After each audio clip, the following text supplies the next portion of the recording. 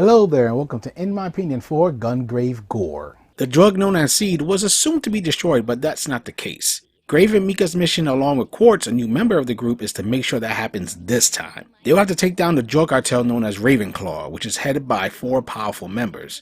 So the first step in wiping out Seed is to wipe out these scumbags, and while all this is happening, a mysterious figure watches from the shadows. The story here is pretty simple, just watch cool looking people do cool looking action things to take out the bad guys. There is some personality when it comes to certain characters like Quartz. It's nothing amazing or deep, but it's enough to get you to the end, which kinda reminds me of the first entry. Speaking of that, this is the 3rd game in the series, and it actually offers a recap for the first 2 games, which is actually done pretty damn well. They could have just taken screenshots and some text, but nope, it's done in a nice art style with even bits of animation in them. This deserves a bravo. If you've never played a GunGrave game before, it's pretty much a simple, straightforward third-person shooter. You're going from point A to B, taking out enemies in a hail of bullets coming from your dual pistols and smacking them around with your big old coffin. As you're blasting, you can build up your beat meter, as you can see by the number popping up on the screen. And it's best you keep the beat up as it's important to your overall points at the end of the stage. Also, getting to at least 50 beats lets you pull off a storm barrage, which lets you fire super fast close range shots and is a lifesaver if enemies get too close. If you want to, you're going to do what's called burst mode whenever you feel like it, just by standing still and shooting, which pulls off this cool little visual of Grave just shooting everywhere while you rotate the camera. Though while you do this, you can't move, leaving you open to more attacks. Grave's coffin does come with his own little surprise, a chain spear that lets you pull a scorpion and drags in an enemy to use as a human shield. If you damage an enemy enough, you can pull off a RIP execution, which is a brutal kill move with a couple of different animations. Not only is this a joy to look at and never got old to me, it also increases your art score, which like your beat score contributes to your overall end stage score.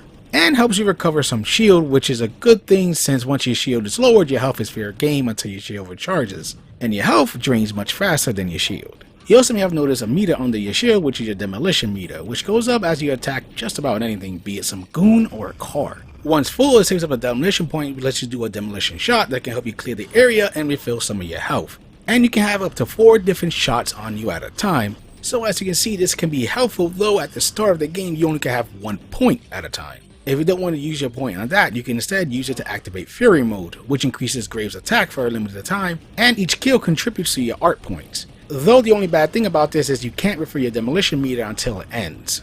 While the gameplay ain't complex, it doesn't stop it from being fun, though I can understand why some might find it dull. For me, there's just a sense of satisfaction mowing down everyone in your way and watching the body parts fly. And while the game does come off super easy at the start, it feels like it does that just to lull you into a full sense of security. The game can be challenging, as if you're not paying attention to your surroundings, you can get overwhelmed quickly. When I would clear a room, I would wonder why some of these areas are so big even when there isn't any collectibles or anything like that. And it hit me, that's because it gives you more room to run around or dive and shoot to make space between you and your targets. There's also different enemy types thrown in and not just weak gun goons such as grenaders, laser riflemen that can break your shield, ninjas to get up close, and even shield enemies which can block your bullets. And the shields only can be broken with a charge shot if you're in Fury mode or with a melee attack. Also, I've played the other GunGrave games and this time around the melee feels less clunky compared to the other 2, which makes it a more valuable tool. I will say though that this shouldn't scare anyone away, as while it does give a challenge, it doesn't feel cheap most of the time. Even if you're in the middle of blasting some goons with a shit ton of rockets coming your way, you can smoothly transition into smacking the rockets back. There's also a good amount of checkpoints in 3 of the 4 games difficulties, and you have a lock on, though to be honest I mainly just use it for the bosses. It does help that Grave can become stronger since, as I mentioned before, you do get points as you're going through the stages, and this will lead to overall rank, and depending on those and other factors, you get a certain amount of DNA points which you can spend in the lab. The lab lets you do a few things like increase Grave's basic stats like health, shield regen speed, increasing how many demo points you can have at one time, and more. There's other stuff like new melee combos which can help you get out of a tight corner, and you can buy more powerful demo shots. And while some take up more than 1 demo point, they also replenish more health. I do like that if you're having trouble in a stage and don't feel strong enough, you can select any previous stage and gather some more points. Also that the lab lets you preview the attacks to see if it's really something you want. As I mentioned, most of the time the game's not cheap, and that's mainly due to one of the bosses in the game. I had no problem with all the other boss fights, which there are a lot of. In fact, I found them to be a good old time, and even though some have 2 phases, there is a checkpoint after you pass the first phase, so it doesn't become frustrating.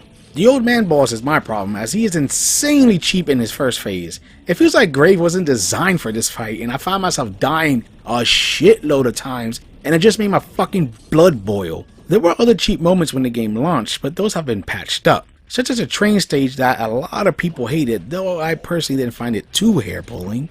And there was some awful platforming Quartz had to do when you took control of her. That led to so many instant deaths. There is 2 spots of platforming for Grave, and while stiff as all fuck, it didn't lead me to dying a bunch of times. Oh yeah, I forgot to mention, you do get to play as 2 different characters, which is Bungie, a long-running character in the series, and Quartz, the brand new female face. I didn't go into depth with them since their playtime is so damn short and there's only 2 stages, but I will say it was a nice little addition, and while Bungie feels kinda similar to Grave, just much stronger and different demo shots, Quartz feels very different, so much so it takes a little bit to get used to her, as she is more melee focused, but she is in no way bad. The devs also patched in a burst mode that can be turned on and off just by pressing down on the D-pad. I do appreciate this since instead of constantly pressing R2 to fire a shot, you can just now hold it. The game does have some unlockables that actually come in handy when you're taking on the harder difficulties. Beating the game on normal gets you a new coffin that increases the speed of your demo bar.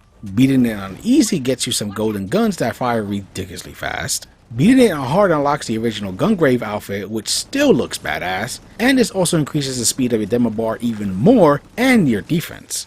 I have yet to beat the hardest difficulty, Gore, which is hard move with no checkpoints, but from what I've seen, you unlock Grave's past life, Brandon Heat. The game is kind of a mixed bag here. The stages look okay and will have you going to different areas like some grimy streets, labs, neon covered casinos, jungles, and more. The visual effects are pretty good as well, like all the explosions, bullets, and the demo shots come off looking awesome. Character designs ain't bad either, as while they repeat a lot of the goons, some are added as you go along, and are fine for what they are, with the best designs belonging to our main characters like Grave and the 4 drug lords. I will say though that some of the faces look kinda off during the in-engine cutscenes, and only really look their best in the high-level CG cutscenes, which sadly there ain't many of. I think there's like 3 of them and they look great, so much so I wouldn't mind watching another GunGrave anime using this CG. The devs also added an update that adds a cell shading filter to try to emulate the original game, and while it's not perfect, it doesn't look awful either, and I would say it's worth to try it out at least in one of your playthroughs. Now let's move to sound, where most of the negatives are. When I first played the game, I don't know if it was me, but the explosion sounded a bit muffled, though your ears will get used to it. Also, during some of the in-game cutscenes of Grave killing off bosses, there is a chance of the sound being a bit delayed or too low, creating a bit of a disconnect instead of making that kill feel satisfying. Another huge issue is the English voice acting. I mean, holy crap do we have some stinkers here. Which is kinda surprising since I remember the voice acting being pretty good in the second GunGrave game. It really feels like they could only afford like 3 voice actors that range from good to okay. Whoever voiced Quartz did a really good job, which is a big positive since you mainly hear her voice the most throughout the game. And if they do another game, they need to get her back. Characters like Evil Old Man and Samurai Guy were just fucking terrible. It just felt so damn off. There is an option to pick Japanese and Korean voice actors, so if you really can't take the English dubbing, then that's the other option. I'm playing the PS5 version and it runs a smooth 60 FPS and I never noticed a drop. I did run into like 2 glitches that had me getting stuck or dead through 3 of my playthroughs, so while there is issues there, it's pretty rare. You're sparing me for the 2nd time. My debt is getting thicker. What do you want from me? Information, baby. There's an unknown facility beyond the seed refinery. Tell us how to reach it. Wait, what? A seed refinery? Sure as hell. The Raven Seed Refinery. Right there, inside the cave you're guarding.